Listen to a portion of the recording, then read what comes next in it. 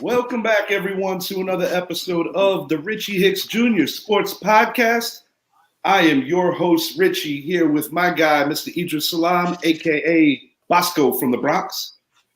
Yo. Big Boo Victory Monday. Halfway through yesterday's game, I don't believe we saw it coming. As posted by our man, Mike Zappi, the NFC East through 2 weeks is 7-1. With the only loss coming within the actual division in a head-to-head matchup. I want to give you guys a chance right now. Please like and subscribe to the channel, Richie Hicks Jr. Sports Podcast on YouTube. And today we're going to basically dive into each and every division, the happenings of yesterday, the good, the bad, and the ugly of Sunday's action. Yes, sir. We're going to be starting it out with the NFC East. Surprise, surprise. Dallas Cowboys smother Zach Wilson and co. The Commanders overcome a late Hail Mary to hold on at Mile High. And our New York Giants have come back for the ages in Glendale, a stadium where they have very fond memories going back to the Super Bowl 42 upset of the previously undefeated 07 New England Patriots. Idris, I got to say, man, this particular game damn near gave me a heart attack. Yeah, it did. When I seen, I was losing it inside. I'm sitting there watching at work, sitting at the in the kitchen. I'm like, okay, we're down, and I'm like, what's going on? What in the hell is going on? And people are chirping in my ears. What's wrong with the Giants? Dable, da da da da da da. I said, it's not over yet. Of course, that's my answer. It's not over yet. It's only halftime. We're only down. It's the only answer. It's the only answer you could conceivably give without making your own self crazy. Yeah, but like me and you spoke off air. Once we got to 14, I was like, we can do this. And then I got to thinking about how we were last year. We would start slow, then come the second half, we would turn it on. And I remember our drive into Duval for the game with our friends Gary and Shauna. That actually came up in conversation. Yeah. Where Gary was like, boys, what do you think Dable says to this team at halftime going back to last year? Because last year they were noticeably a much better team on both sides of the ball in the second half. But the big difference here, what occurred is that Brian Dable took over play calling duties in the second half. Going in, a very inexperienced O-line because our All-Pro Andrew Thomas did not suit up. Right. And Ben Bredeson did get injured, oddly and eerily enough, similar to when we went to Jacksonville to see them play. He got hurt there too. Yeah. What I enjoyed about the offense in the second half is that he basically emptied the backfield, gave Daniel Jones all the room he needed to make a play with his feet, but also lined up Saquon, Waller, and whatever trio of wide receivers he chose. And he did implement Jalen Hyatt sparingly but effectively because, 2 catches, just under 90 yards. Yeah. Big catches, though. Oh, yeah, for sure. Catches, and Daniel Jones, different quarterback in the second half. Mm-hmm. I believe that Brian Dable needs to take the play calling duties moving forward. This game did not come without a price. Saquon Barkley towards the end of the game, kind of just jockeying for position for the best yard mark for Graham Gano for the ultimate kick to win. Got crunched. He got folded. Yeah. In my personal opinion, and at least what we're hearing from media outlets, is that number one, the X-rays were negative. He is getting an MRI for precautionary reasons. I think you're looking at a regular ankle sprain, nothing like the high ankle. But yeah, I think given that they got to play Thursday, you rule him out for this week. It goes without saying. There's no prep in between. And I think there's an outside shot for the Monday night Week 4 game. But I think worst case scenario, you're looking at a Week 5 return. That's, of course, I'm being optimistic, but that's honestly what I believe. But, wins come with good and bad. And, the Giants did hold them to only 8 points in the second half. talking about the Arizona Cardinals. Mm-hmm. They were able to generate a little more pressure on Josh Dobbs. No sacks, but they were able to hit him, get him uncomfortable. But the defense has to be better. Yeah. Because I noticed that if you're not getting the pass rush, the secondary is essentially getting undressed, and that's what we experienced yesterday. Yeah. I like the combination of Daniel Jones and Waller. Waller is doing what Evan Ingram was supposed to do with Eli and a young Daniel Jones. I like their chemistry. Absolutely. Walker stays healthy. I think he'll do great. Like we say, my Hyatt, he only had 2 catches, but they were big catches. Real good catches. I think we need to work on the offensive line. Evan Neal, he has to step it up. This is year 2. Andrew Thomas did it. We missed Thomas yesterday, big time, but I think we overcame the defense. I like our pass rush, but our corners, we got rookie corners. They have to lock it down a little bit more because I've seen X all over the field, trying to cover. So we got work to do.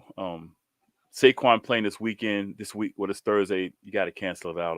Not even a thought in my mind. You're going to have to go committee backfield with the rookie Gray as well as Brightwell and Breida. I imagine Breida leads the pack. On a positive note, sometimes when you're missing a key player like a Saquon Barkley, similar to what Green Bay endured yesterday, sometimes it's not always terrible because your quarterback has to distribute the ball differently. I think they're going to be creative. Yeah. And, on paper, we're not supposed to compete Thursday with a 49er team. Right. But the God's honest truth is, when you consider that they just got torched yesterday by a rookie receiver and got pushed to their limit by division rival LA Rams, the Giants do have a puncher's chance. Zappy said it best, more so than Barkley playing, you need Andrew Thomas on Thursday. And I am optimistic that Andrew will be back. On the bright side of things, I think we did find 2 guys that have earned playing time on the line.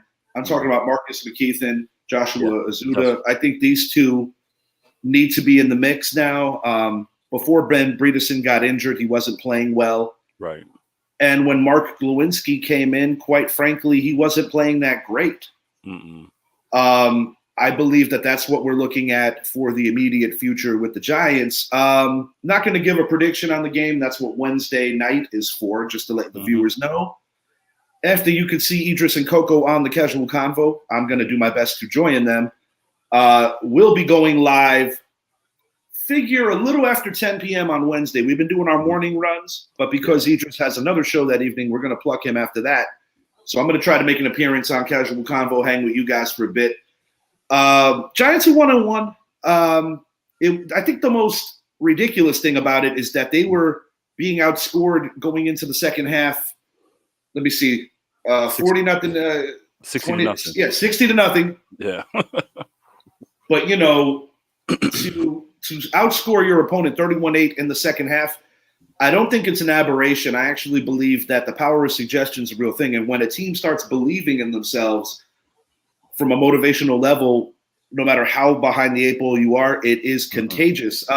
More so than getting the victory this week 3, I think the most important thing is feeling that when the game's over, you competed and you belonged on the same field with the San Francisco 49ers. And after seeing what the Niners dealt with the Rams, I do think we have a puncher's chance. I think Jalen Hyatt's going to get more action. And I also believe that Brandon Ayuk, similar to Saquon Barkley, might be sitting this one out. So, both teams lose a main key ingredient. But,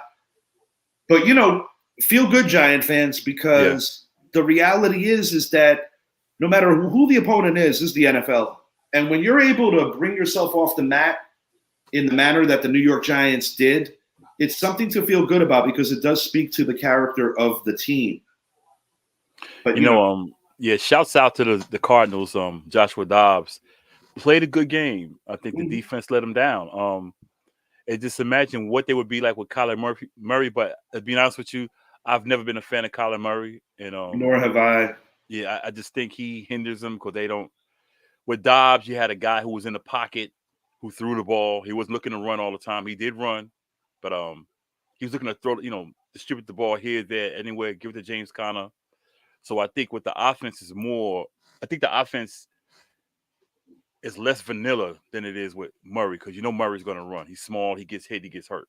I think a lot of it has to also do with limited tape in terms of him in that offense. Yeah. With the Cardinals, and the ironic thing is that Gannon, their head coach, has so much experience seeing the G-men with his time in Philadelphia. But to be honest, you don't have that same cast of characters on defense.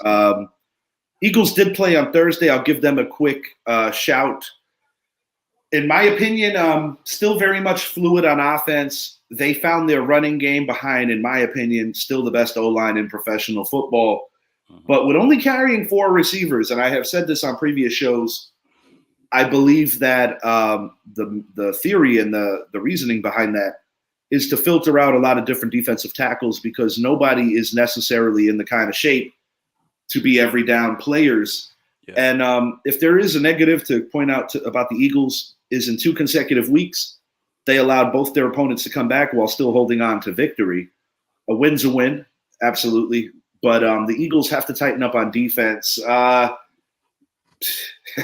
speaking of defense, those Dallas Cowboys put it on the New York Jets and really frustrated the youngster, Zach Wilson. And I understand that a lot of Jet fans are losing their shit, and they're calling I saw one Jet fan say, Minnesota's about to bottom out. Let's go make a deal for Kirk Cousins. That's not happening, number one. No. But more so than that, I think they're in it with Zach for better or worse. But you're just going to have to see how it plays out.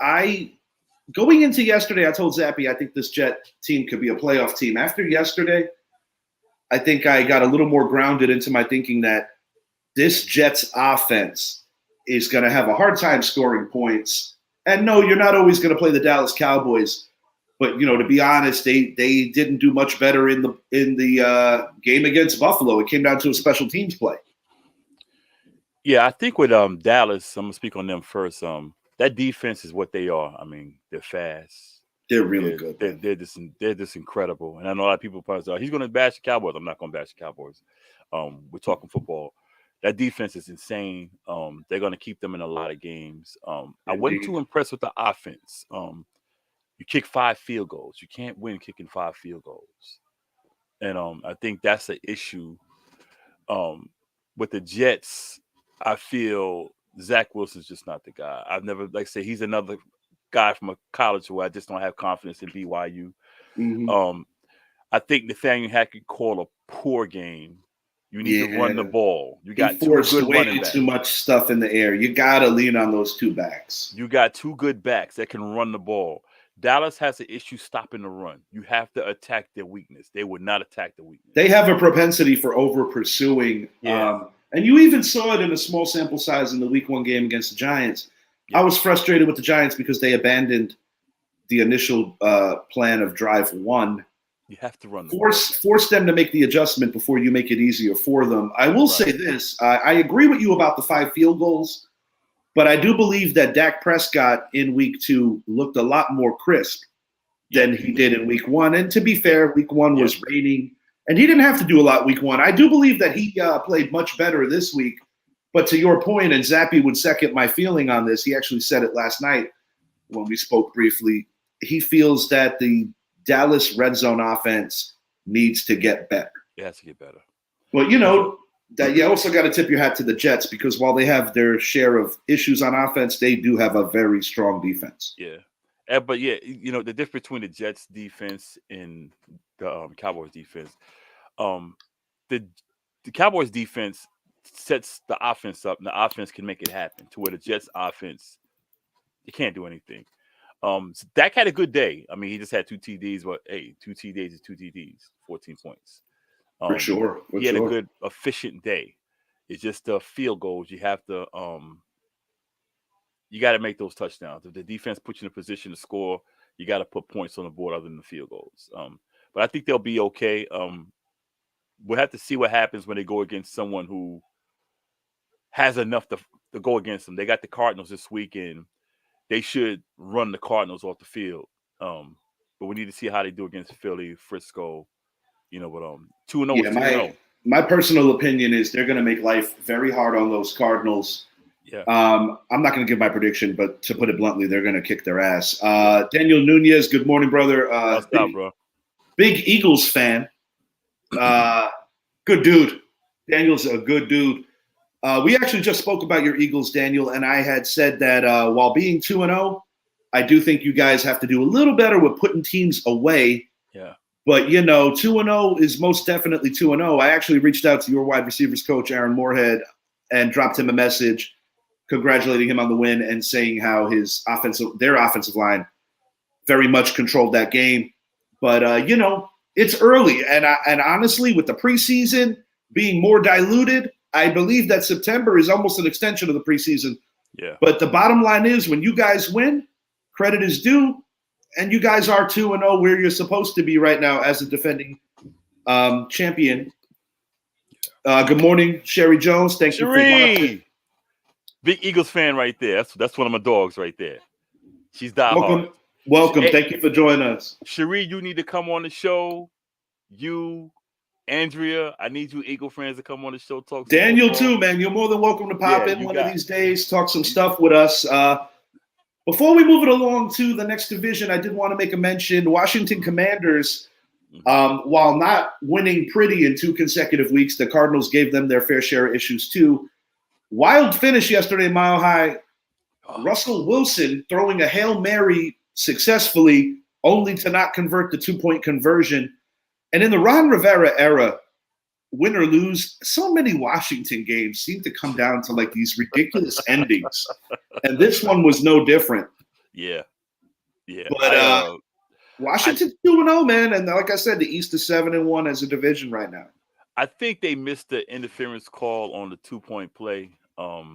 I believe you're right, actually. But Denver should have put that game away. It should never came down to the Hail Mary by. You had Washington done. The defense was supposed to shut down that. What you let Sam Howell? I call him Thurston Howell III. But you let Sam Howell bring this team back to where you needed a Hail Mary to perhaps win the game. But I'll tell you the God's honest truth. I don't like Sean Payton. He's a damn good coach. I don't like his personality. I didn't like him when he was with the Giants. I don't either. So even though it's a division victory for someone else, yeah, for sure, Daniel. Big comeback. We got a lot of work to do, but a win's a win, and a win I'll take, especially going against the 49ers. A loss yesterday would have really crippled our chances early. You know what? They call Sean Payton a genius, but he's no better than Mike McCarthy, and I've said this before. I got news for you. Yeah. Factor in Bountygate. Yeah. They want. I actually am starting to buy into the fact that McCarthy might be a better coach than Payton. I tell people. I mean, they both got one Super Bowl. I mean, it helps when you have Dan Quinn, but God's honest truth is Mike McCarthy's a pretty good play caller. I'm going to give him that. Yeah.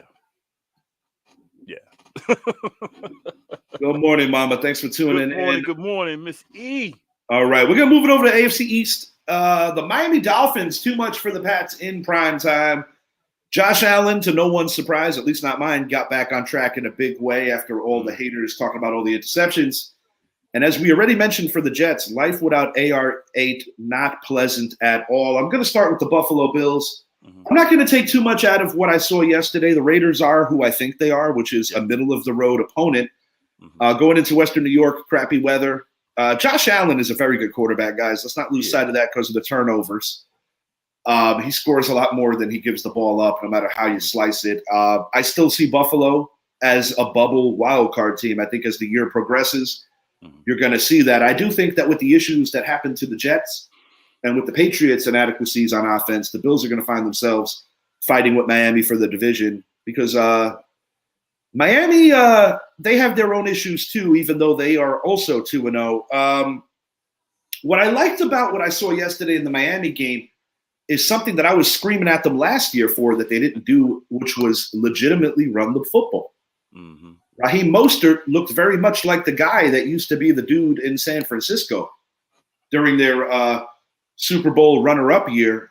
And, I think I think the Patriots, considering the lack of talent that they have, are doing a pretty good job competing with two superior teams in the first 2 weeks of the season. I do want to praise Bill Belichick for that. I personally think they should have won the Eagle game.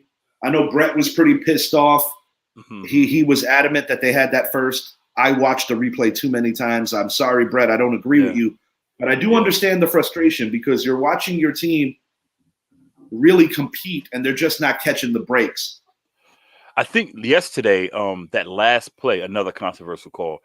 It was a first down and they reviewed it and said it wasn't, but they said it was inconclusive, but they flipped the play back to where it basically essentially ended the game.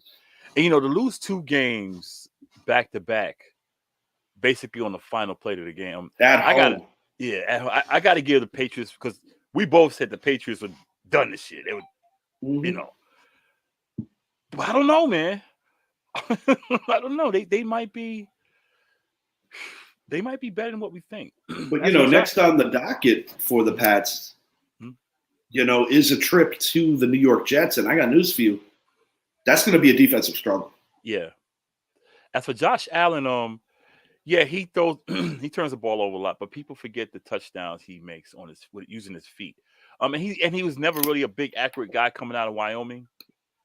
He was like a 54% passer. So I mean, he was never really he had a big arm. No doubt. No doubt. But he was never that accurate. So I think Buffalo moves up because AR8 is out. So I think they bubble team, as you said. I agree with everything you said on that. Yeah. So next week, looking ahead, as I stated, you got the Pats going to East Rutherford to play the Jets. Off the rip, I'll give you a prediction on Wednesday, but I kind of like the Pats in this game because number one, they just always seem to arrive when they play the Jets. Yeah. Interesting matchup, but I think you're looking at another L for the Broncos more than likely. They're going to be traveling to Miami, and that's not the ideal matchup for them, not by any stretch. A very intriguing game next week that has to do with the AFC East playing our division is going to be the Buffalo Bills traveling to DC to play the Commanders. That's going to be a tough one to call. It's going to be a good football game. It really is, because the Commanders are gradually gaining confidence, and not long after, the Commanders have a game with Philly, and we do remember last year that was Philly's first loss. Yeah, I think Denver, that defense, I mean, come on, man. Like I said, we're going to give our Tale of two halves, dude. Tale of two halves. We'll give our scores Wednesday, our predictions, but it's not going to be pretty. But who knows? Sir. It's the NFL. Anything can happen. No, for sure. And especially in the month of September, it's truly a crapshoot on a lot of levels. NFC West, 49ers outlast the spirited fight from division rival LA Rams. Geno Smith, he shut up some doubters after looking less than desirable in week 1. Big overtime win. Cardinals, we already talked about that. They blew a 20-point lead to our New York Giants. What I found interesting in this 49er game is that some optimism for us is that they looked a little leaky in that secondary, especially when there's no Cooper Kupp on the field. Matthew Stafford was able to stay upright and make some big plays downfield with his rookie receiver. Right. As Detroit and Seattle goes, it's kind of what I expected, a back-and-forth battle. I just had Detroit winning, which didn't happen. But Geno Smith made all the throws, and the Detroit Lions had a lot of defensive breakdowns. Through 2 weeks in the NFC North, it's early. And even though the Packers also got beat yesterday, I think the Green Bay Packers are the best team in that division right now. They look like it. They just got to show up the defense a little bit more. Detroit, it's like you think they got the defense together, but then when you look at this game with Seattle, you wonder if the reason why they were so effective last week against Kansas City because they didn't have that you basically said what I was thinking, because in my opinion, the Detroit Lions should be 0-2 right now. Yeah. Were it not for Kadarius Toney and Sky Moore just dropping all kinds of catchable passes in week 1. Yeah. So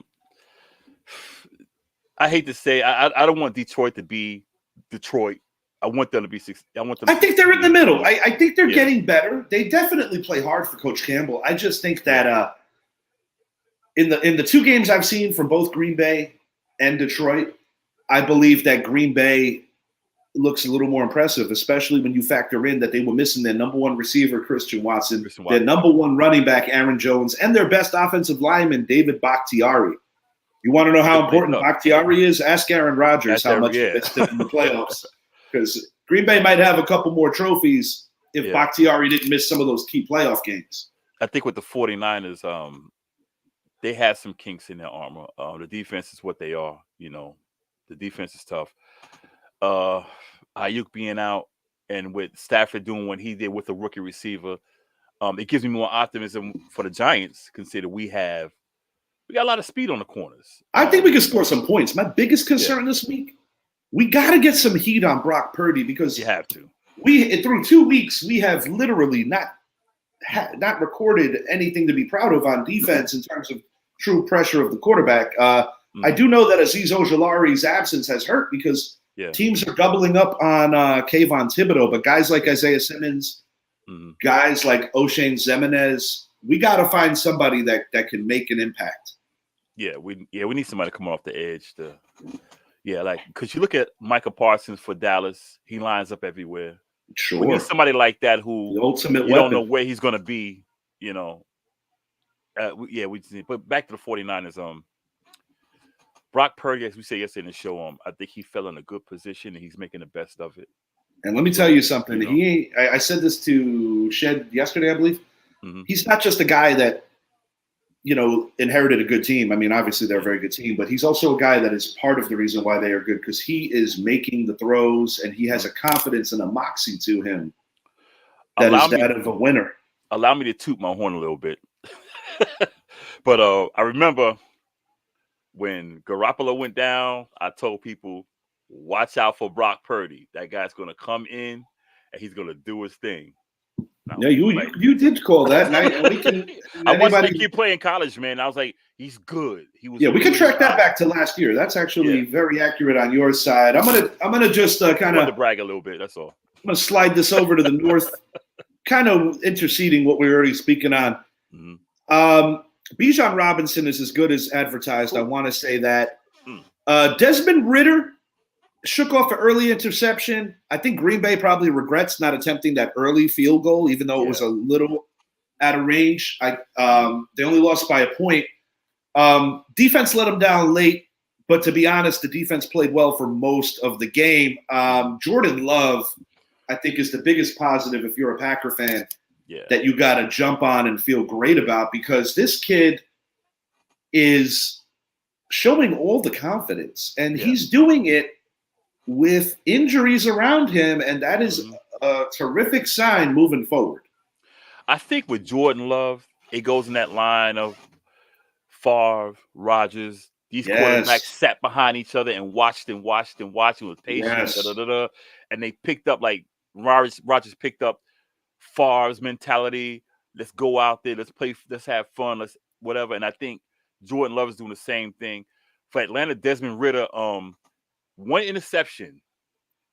His only interception. And he got hit literally that arm was coming forward. So it kind of died in midair.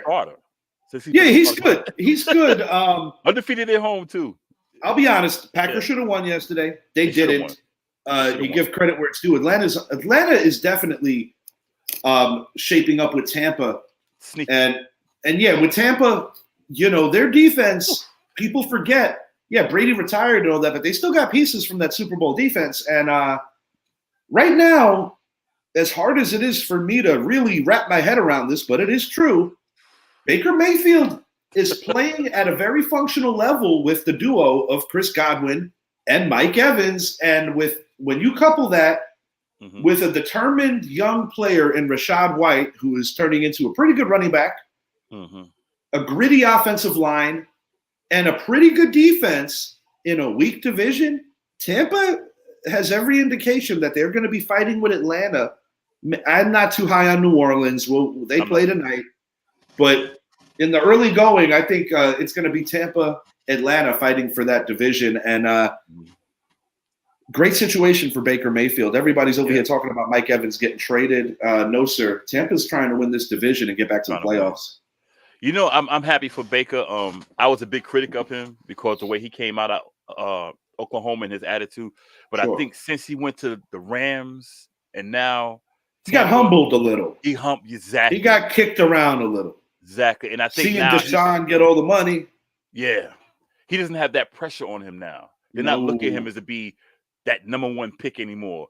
Blah, blah, blah, blah, blah. Mr. Money, money, money. Well, it was Johnny Manziel, but you know, he had the same attitude. In certain aspects, very much similar. And I know that Cleveland quarterbacks, you go through their history, that it's a nightmare. I want him to succeed, though. I really want him to reclaim his career, and he's in the right place to do it. No, I completely agree. No expectations. So, yeah. Well, the thing is, Tampa is actually a pretty good team right now, and they look like a completely different team. And maybe, just maybe, if you take a step back and think about it, possibly the greatest quarterback of all time held them back last year because he was super limited at that juncture of his career, where Baker can move around a little. Yeah. He's making an honest connection with his receivers, and say what you want about Baker, he's very competitive. Not much wear and tear either. No, I mean he had the shoulder thing, but he's a tough kid, man, and I think it's the right fit for him. And speaking of quarterbacks that you got to be concerned about, this man right here, Joe Burrow, I must admit, tweaked his injury again. Yeah, this is not good. I feel that they brought him back a little too early. Yeah, and I feel that in that regard, they're paying the price for it. I don't care for what I'm seeing from Cincinnati on the whole. And when and even using injuries as the end-all, be-all excuse, that ain't going to fly either, for the simple fact that the Baltimore Ravens are pretty banged up in their own right. Odell Beckham, which is kind of eerie. Him and his friend Saquon Barkley both get injured similar, same part of the body, of the ankle.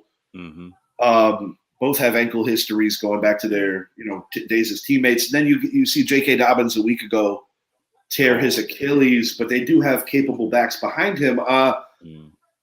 Baltimore showing me a toughness and a way to put a game away that last year they did not have, because last year they blew a lot of fourth quarter leads. Yeah. Cincinnati's in trouble. I don't think this is a facade. I actually think that while they have endured slow starts in previous seasons, I think there's more to this. I don't think Joe Burrow's right. And I think every time they march him out there not being right, they're taking a legitimate chance of getting this kid hurt. A slow start is a slow start, but a slow start with an injured quarterback is a whole different thing. Yeah, absolutely. And, so, I mean, do you play him or do you sit him? I'm sitting him because you tweak. You gave him all that money. You got to think about the future. And Jamar Chase, his LSU teammate, who's now with him in Cincy, said off the rip that he wanted him to sit for a while because I think he even foresaw this. They did fight. I'm not going to take that away from them because it was only a 3-point defeat. Yeah. But getting beat at home, being 0-2 in your own division, it's a little uncharted for the Joe Burrow era in Cincinnati, because tracking it back to his rookie year, they looked like they could have been playoff bound before the knee injury. He's not used to losing a lot. And we're going to find out if this team can overcome this. I'm going to tell you my way too early prediction. I think this team's going to miss the playoffs. I do too. Because, he's going to need at least 2 weeks to just sit back and. Yeah, and it's not happening. And I don't think they're ever going to truly get over the hump. And that's a really good division at the same time. Tonight, we got the Browns hosting the Steelers. Actually, I think that's in Pittsburgh. Yeah. My bad. Ah, you good. This is another game that could really go either way, because while the Browns on a lot of metrics look better than the Steelers off the jump, I got to give the Steelers a little bit for being the home team. I do have the Steelers winning a tight one tonight. Yeah. But if Deshaun could play catch and pass with Amari Cooper and the two-headed monster of running backs can get going for Cleveland, it's going to be a tough night for Kenny Pickett and co. Because let's not forget, that Browns defense, in my opinion, actually is Super Bowl caliber. I think people are overlooking them because going into this year, Deshaun Watson was still kind of like the great unknown. Nobody knew if he was going to be able to recapture his form when he was a Houston Texan, but gradually, every snap he takes, he is getting more comfortable in that offense and just playing again. You know, as you speak about going 0-2, 0-2 in the league period is hard to. Oh, absolutely. But you go 0-2, God, you get beat by you get run by San Francisco last week. You can't blow it tonight against the Browns, and the Browns are capable of beating them. No. Pickett, they're gonna go get him, but they know how he is. He gets erratic at times throwing the ball. I don't know, man. I still have Pittsburgh, having a winning record barely, but God, this early start, man, it's gonna be tough, man. And I'm on the other side of things. I actually predicted that for the first time in Mike Tomlin's career, he's going to experience a losing season. Not necessarily fault of his own. I just think that Pittsburgh is not as close as other people feel. Yeah, they're young. I got them beating Cleveland tonight. I'm going to go with that. They have to win tonight, though. They have to win. They don't win tonight, you can forget the division. And I might get laughed at for this. I think the Carolina Panthers are going to beat the New Orleans Saints tonight as well. Got two different Monday night games. Whew, now that one. Carolina got a hell of a running game, man. Yeah, I think that and I know that this isn't Drew Brees. This is a different regime of Saints. But I don't like them on the grass. I don't think they're the same offense, and I don't think their offense is that explosive to begin with. I love Chris Olave, don't get me wrong. It's cool to see Michael Thomas back out there, but I got Carolina winning tonight. Yeah, I'm going to go with Carolina.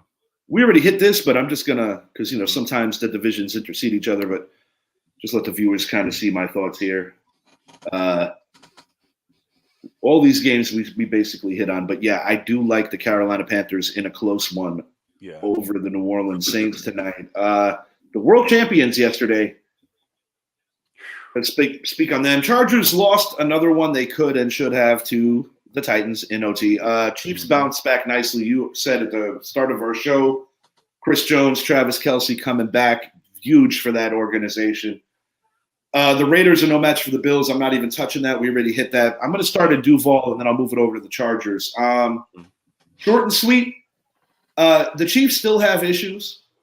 Mahomes is still trying to navigate with new receivers. They did do a better job of corralling the passes that they weren't catching week one. But this one's on Jacksonville. Yeah. I think Jacksonville made a huge mistake not punting before the half.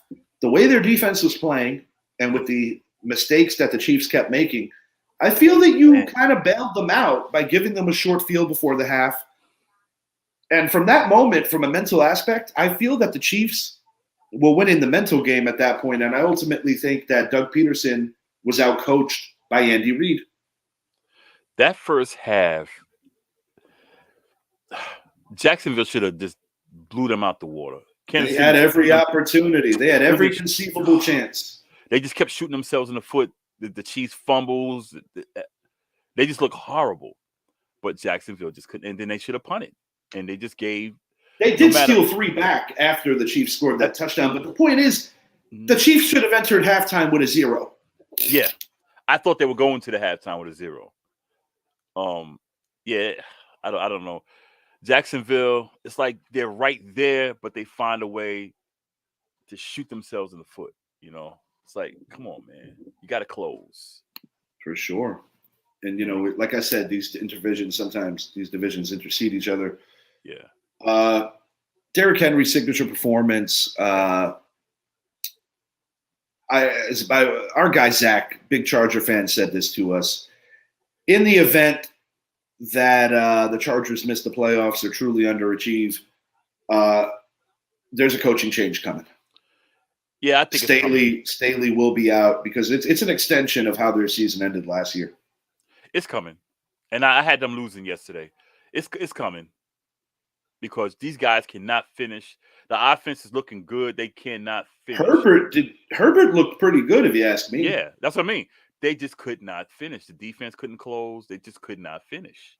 Yeah, and it's getting to a point where it's becoming a little too common. I'm not necessarily suggesting that the guy inside the building already, Kellen Moore, gets a promotion to head coach.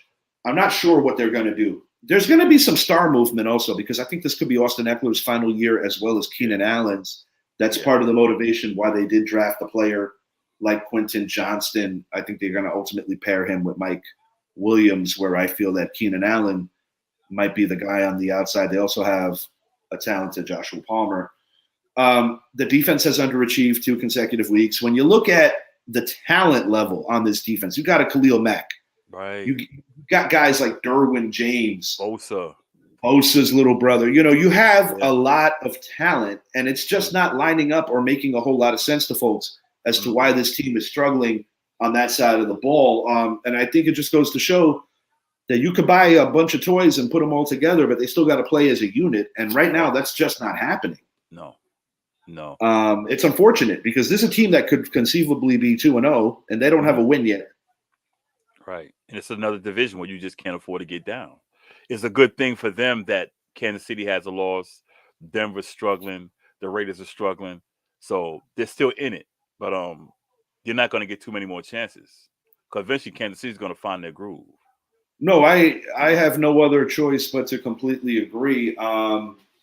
As the Colts go, Anthony Richardson looked pretty good prior to getting the concussion. And if you're a Colt fan, you also got to feel good because your backup quarterback, Gardner Minshew, came in and the offense did not miss a beat. Mm-mm. This is a team that doesn't have all-pro running back Jonathan Taylor, but yet their offense is still looking good. And defensively, and this is something that even with the interim Jeff Saturday situation, Frank Reich situation, like last year, this team's defense showed that they have had some players, and they are getting better on that side of the ball. It's crazy, man, because just because that's what you said, the defense is just playing, and I didn't think Indianapolis would look as good as they're looking. No, they look good, and Gardner Minshew, well traveled, but he's been he always comes in and cleans up. I think Richardson's going to be a good quarterback. He just has to learn, get down, don't try to be so spectacular. Because I didn't think he got hurt because I seen him jump in the end zone, boom, he sprung up like, yeah. You know what it was, bro? Yeah. When he scored that touchdown, it was the way that his head hit the turf. Hit the ground. Yeah. Yeah, and it was that simple. And he hopped up. That's what got me. He hopped up like. Yeah, because sometimes you don't necessarily feel it or know it with the adrenaline, but with one thing the NFL, and I got to say they're doing the right thing about, is they're protecting these quarterbacks when it comes to the neurological side. Because even in the Giant game yesterday, when I think it was Bobby Okereke kind of hit Josh Dobbs on the head. I don't think it was with bad intentions, but Coach Coughlin said it best. Protect both quarterbacks, even if it's against us. And I while you're watching your Sunday football and you get mad in the moment, it has to be consistent. And in a league that's not always consistent with officiating, I will applaud them for taking care of the quarterbacks at least. Yeah. Indy's going to be good, man. Yeah, Indy's not bad. In this particular division, I did pick Tennessee to win the division coming in. I don't think Jacksonville is as good. And I do want to hit on one thing with this Jacksonville game, going back to them. Trevor Lawrence missed a lot of throws that he normally doesn't miss. Not putting it right where it needed to be, kind of overleading. I mean, dude, he led Calvin Ridley into the goalpost. Yeah. That looked like I don't even know what that was, but Three Stooges, man. Yeah, a little bit. Trevor Lawrence is a good quarterback, but still prone to throw the INT. He's still getting better. He's still getting better. But I try to remind people that this Jacksonville team did win the division last year against an undermanned Tennessee team. Yeah. And when I think about who is the best player in this division, Mm-hmm. I understand that you have some quarterbacks that are on the rise. It's still King Henry to me. I agree. That's Mr. Grind. Everybody's waiting on his demise or his fallback. The reality is that Derrick Henry is still that dude. And in a NFL that is a pass first, pass happy league where running backs don't get paid, Derrick Henry is the quintessential throwback. Yeah. He's strong, like, man. Yeah, he's like a combination of a few different guys of yesteryear. He's got the power of a Brandon Jacobs, a la an Earl Campbell. Mm-hmm. But at the same time, he also has the downfield vision of a guy like an Emmitt Smith or a guy like an O.J. Simpson. He's got a lot of other great players that came before him. You know who he reminds me of? Adrian Peterson. I could see that assimilation too. He's strong. He hits the hole, and once he's gone, he's gone. He's like Bo Jackson. Once he hits the hole, I'll tell you who really reminds me of AP off the rip is Bijan Robinson. Yeah. But I got to say this about this division, and I'm going to talk about the Texans for a moment. The Titans. I spoke to Zappy about this yesterday. I said, bro, they're in a quarterback-driven league, and I understand you have Derrick Henry, and it's awesome to have him be your bell cow. Mm-hmm. But what I don't understand about this organization is that they have never truly made a commitment to getting a better quarterback than Ryan Tannehill. They kind of half-heartedly drafted Malik Willis. I think they realized that he's not the guy. Mm-hmm. And it's like you had opportunities to win a couple of championships given the talent of your roster, and you lost the AFC Championship when Mariota got hurt. You put in Tannehill. You fell short to the Chiefs, blew a substantial lead. You lost to Baltimore. You lost to Cincy. These are all games that a lot of people feel they should have won. Yeah.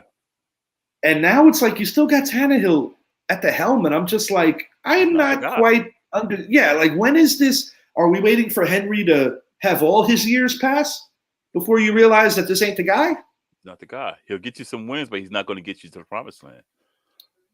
I want to make a comment about our man Saquon Barkley. I want to make it clear, as a Giants fan, I have nothing but respect for him. He's all heart. He carried us yesterday in a big way, along with Waller and Jones.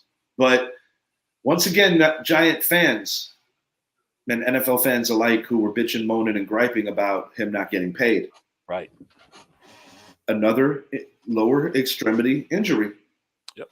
And there's a lot of ways to look at it, but the best ability is availability. Exactly. And once again, Saquon Barkley is injured, and you track his career, that has unfortunately been the issue. And this might not be the most popular take, and I might get some heat for this, but Barkley drafted 18, Jones drafted 19. Jones did have the neck thing. Outside of that, for the most part, he's been pretty healthy. But if you watch the Giants week in and week out, the reality is that while Saquon Barkley is a hell of a player and someone who I do respect and has put the team on his back in different junctures of different seasons, Daniel Jones, that is the guy that decides how far the Giants go. And that's the issue I had with a lot of our fan base. They would say, Daniel Jones got $40 million. Daniel Jones getting market value. People don't realize that. He's not as paid as they believe. No, he's not. And he restructured his deal, which a lot of our fans don't realize. And that's what I said, okay, let's say you pay Barkley what he wanted, and you pay Jones what they felt that he deserved. Less at 35, I think they were talking 35, 33, something like that. Okay, I'd rather we'll get further with Jones than we will with Barkley. If Barkley's out, we can mask it because we can go running back by committee. But if you don't have a quarterback, look at the Jets. They have a great running game. They got an offensive line, not great, but serviceable. I'm floating a question at you right here. Yeah. They got a great defense. But what's holding them back? They don't have a quarterback. Right. You have to have a quarterback-driven league, and I just get so sick and tired of you got these stat hounds that only look at that. Like, for instance, DJ only threw 2 yesterday, but what people are not looking into, the bigger part of it, is that up and down the field, he is the guy engineering these drives. Inside the 5, It's Barkley time. you're going to concede certain passing touchdowns in those situations, or you're going to concede it to yourself, calling your own number, which DJ also does at a pretty high level. Time. And that's the frustration. And guys, let's be fair here. Zappy made a good point. How we were busting balls about the interceptions with Dak. We can literally account this year in only 2 weeks that Saquon Barkley has cost Daniel Jones 2 interceptions. Thank you. Both hitting him in the hands. Bounce it off. Boom. It's another Absolutely. And this is not a Saquon hate fest. I'm just calling it as I see it. But this is my question to you, Idris. Will he be a Giant next year with the injury bug reemerging? I don't know, man. Hard to tell, right? Yes, it's hard. I mean, this is another injury. Imagine if we paid him the money he wanted. And with the long-term deal, we'll be stuck with this. And this will be like we had with Gettleman. We don't need another Gettleman. We're trying to get money off the books. And I don't see a scenario where he's going to be ultra expensive, because no matter what, I think that he understands the business side a lot more than he did prior to. But the reality is nobody in this league is going to overpay him. The only way that these running backs are going to get the kind of salaries that they desire is by the CBA literally pulling back and changing certain things for that particular position. And until that happens, this is what you're going to be seeing. The only running backs I see that'll get that type, I don't think CMC will get in his next deal because he'll be much older, But see, like a guy like Derrick Henry, where the team needs him. Right. And I keep alluding to this point about the best of ability being availability, because, let's be honest, CMC has a big injury history similar to Saquon. Derrick Henry has been slowed by injuries the last couple of years. But when you talk about the elite backs, these are the 3 names that usually pop up. These 3 particular players are usually the names, and they all have that in common with the legitimate injury bug. Way too early, only 2 weeks in. Do you have a clear and concise MVP candidate off of just 2 weeks of the season? No. Neither do I, but I will say this. While yesterday wasn't a blow-up game, I have a feeling that Tua Tagovailoa is going to be in the mix for that award as the year progresses, assuming he stays healthy. I can agree with that. I'm going to tell you my dark horse, Brock Purdy. That's my dark horse. That's my dark horse. It depends on what the 49ers do. If they play like they've been playing, yesterday was an iffy game, but if they play up to their potential, I will put him in there based on, we'll have to see. It's early because right now, you got some injuries, you got some other variables that are hurting people's stats. I think the easiest one to identify off the jump, there's 2 of them. Rookie of the year on offense, going to be Bijan Robinson, barring a bad injury. Yeah. And I believe that your defensive player of the year, same story, barring injury, is kind of too easy. It's Micah Parsons. Yeah. That's too easy. It's a little too easy, but through 2 weeks, he's wreaking havoc, man. Yeah, I'm going to drop my power rankings probably on Wednesday for the new week, but even in defeat, I think the Green Bay Packers are trending upward. I think the Detroit Lions actually take a moderate step back because I believe in my heart they should be 0-2. I think the Philadelphia Eagles, they got the record right now, but I think that they are kind of to a level doing it a little bit with smoke and mirrors. I don't believe that their defense is the unit that they were a year ago. So to put it bluntly, through 2 short weeks of the NFL season, I actually mean this when I say this. I believe the Dallas Cowboys at this very moment are the most complete team in the NFL. Now, granted, they played the Jets without Rodgers, but that is my wholehearted, honest opinion. I think at this present moment, the Dallas Cowboys are the best team in football. And even though the 49ers didn't exactly win most impressively, I got them right next to them. Those are my 2 best teams right now. I'm flipping it. I'm going 49ers first, based on the level of competition. based on personnel or the defense, the teams they had to play. I put Dallas second. My surprise team, I would have to say, would be Tampa Bay. Yeah, Tampa and Atlanta for sure. And Atlanta, yeah. I think those are my two surprises. My most disappointing team, I guess I would go with the Chargers. No doubt. No doubt. And it's early, bro. It's early. Yeah. But the NFL honors proved last year that comeback player of the year isn't solely attributed to being injured. It's also just redefining your career and rediscovering your career. So in the early going, Baker Mayfield. I think my donkey of the week, a donkey so far this season, I'm gonna give that to Justin Fields. Oh yeah, he's underachieving in a big way. And all that mouth he had off season saying he's the fifth best. Well, he's in the top 5 of running quarterbacks of all time. Like, bro, that's a cool story, but you got to put some wins behind that comment, right? So, and I got news for you, dude. I can when you look at this division, Kirk Cousins, established guy, stat monster. Jared Goff playing at a pretty good level. Even though they lost yesterday, he was having his way on offense. Jordan Love threw 4 touchdown passes. I think it was 4, maybe 3, but he had at minimum 3. He more than did his job. He played very well. And right now, going into week 3, Justin Fields is the worst quarterback in the NFC North. In one particular league, I have Justin Fields as my starter. Jordan Love is my backup, and I am strongly considering flipping those two and making Jordan Love my starter right now. You know, the thing about that too is Jordan Love has sat on the bench. Justin Fields has been on the field. Right. But if you look at the play of both players, you say, well, which one sat on the bench longer?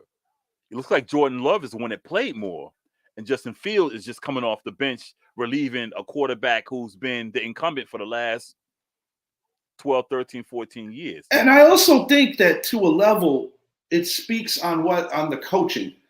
Yeah.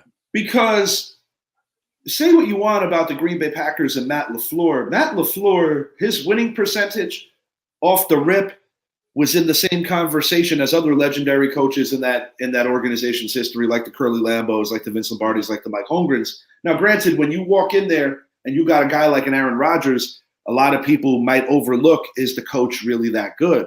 But right now with Jordan Love, he's got his Green Bay offense thriving.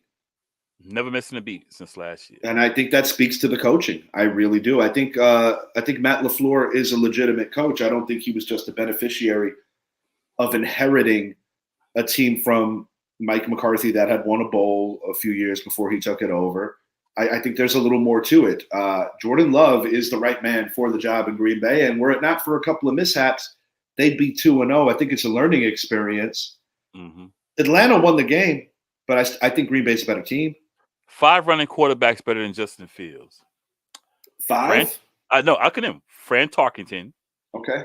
I would call him Randall Cunningham, Mike Vick, Lamar Jackson, Cam Newton. That's 5. And those may not be the 5 greatest, but that's 5 better than Justin Fields. I got one for you. I actually think you can make an argument that Daniel Jones, while he might not put up the numbers on the ground, I think he's more successful because yesterday, for instance, there were a couple of different plays where Arizona conceded, he's going out of bounds. Yeah. And then he put on that second gear and stole like 9 more yards. I'm not going to get into this whole thing if he's going to have more yardage on the ground than Justin Fields. But I think as an overall package right now, I think Daniel Jones is ahead of Justin Fields. It's like I said, it's not because you can run. What are you doing? How effective are you? And that's what Justin Fields misses. You're nice. You can run the ball. But what are you doing to help your team win? And that fella in Buffalo, Allen. Yeah. And I know Buffalo fans Buffalo fans don't want to see him running as much as he does, and I get it. And I'm not going to lie. I hold my breath when DJ takes a hit that I thought he should have got down for. Yeah. But, still a lot to unpack. We'll be back Wednesday night after the Casual Convo show to give you our Week 3 predictions and analysis. Shout out Mike Zappi. He's actually sick at home. That's why he's not here with us, but he'll be back Wednesday. Yep. For my man, Mr. Idris Salam, pleasure doing business with you today, folks. I am Richie. Big Blue Victory Monday. We're going to take it as it comes. Have a great rest of your Monday and an even better week.